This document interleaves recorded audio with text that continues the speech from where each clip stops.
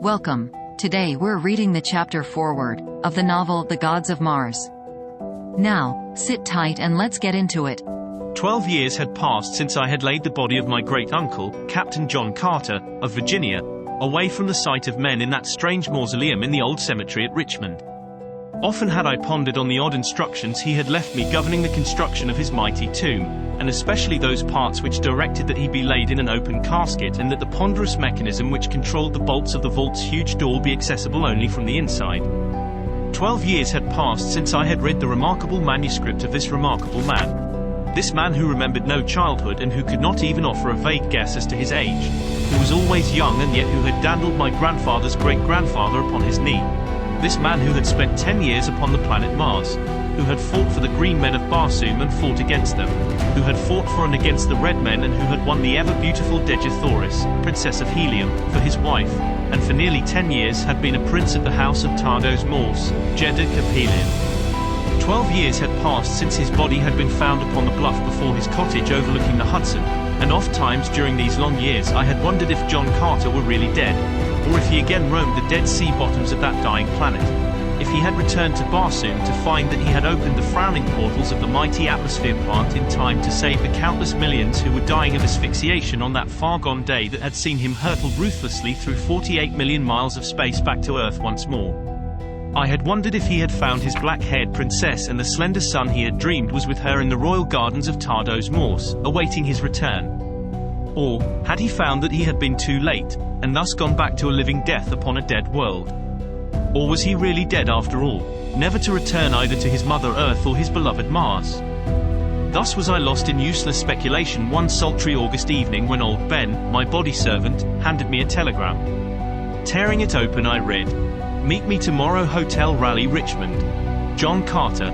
Early the next morning I took the first train for Richmond and within 2 hours was being ushered into the room occupied by John Carter. As I entered he rose to greet me, his old-time cordial smile of welcome lighting his handsome face. Apparently he had not aged a minute, but was still the straight, clean-limbed fighting man of 30. His keen grey eyes were undimmed, and the only lines upon his face were the lines of iron character and determination that always had been there since first I remembered him, nearly 35 years before. "Well, nephew," he greeted me, "do you feel as though you were seeing a ghost, or suffering from the effects of too many of Uncle Ben's juleps?" "Juleps, I reckon," I replied, "for I certainly feel mighty good. But maybe it's just the sight of you again that affects me. You have been back to Mars. Tell me, and Dejah Thoris? You found her well and awaiting you?" "Yes, I have been to Barsoom again, but it's a long story, too long to tell in the limited time I have before I must return. I have learned the secret, nephew, and I may traverse the trackless void at my will, coming and going between the countless planets as I list, but my heart is always in Barsoom, and while it is there in the keeping of my Martian princess, I doubt that I shall ever again leave the dying world that is my life. I have come now because my affection for you prompted me to see you once more before you pass over forever into that other life that I shall never know, and which though I have died thrice and shall die again tonight, as you know death, I am as unable to fathom as are you.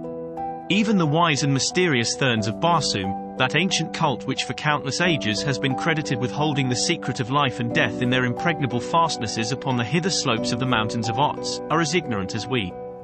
I have proved it, though I near lost my life in the doing of it, but you shall read it all in the notes I have been making during the last 3 months that I have been back upon Earth." He patted a swelling portfolio that lay on the table at his elbow. "I know that you are interested and that you believe, and I know that the world, too, is interested, though they will not believe for many years, yes, for many ages, since they cannot understand. Earthmen have not yet progressed to a point where they can comprehend the things that I have written in those notes. Give them what you wish of it, what you think will not harm them, but do not feel aggrieved if they laugh at you." That night I walked down to the cemetery with him. At the door of his vault he turned and pressed my hand. "Goodbye, nephew," he said. "I may never see you again, for I doubt that I can ever bring myself to leave my wife and boy while they live, and the span of life upon Barsoom is often more than 1,000 years." He entered the vault. The great door swung slowly to. The ponderous bolts grated into place. The lock clicked. I have never seen Captain John Carter, of Virginia, since. But here is the story of his return to Mars on that other occasion. as I have gleaned it from the great mass of notes which he left for me upon the table of his room in the hotel at Richmond. There is much which I have left out, much which I have not dared to tell. But you will find the story of his second search for Dejah Thoris, Princess of Helium, even more remarkable than was his first manuscript, which I gave to an unbelieving world a short time since, and through which we followed the fighting Virginian across dead sea bottoms under the moons of Mars. E.R.B. Did you enjoy today's chapter of The Gods of Mars? Why not subscribe and ring the bell?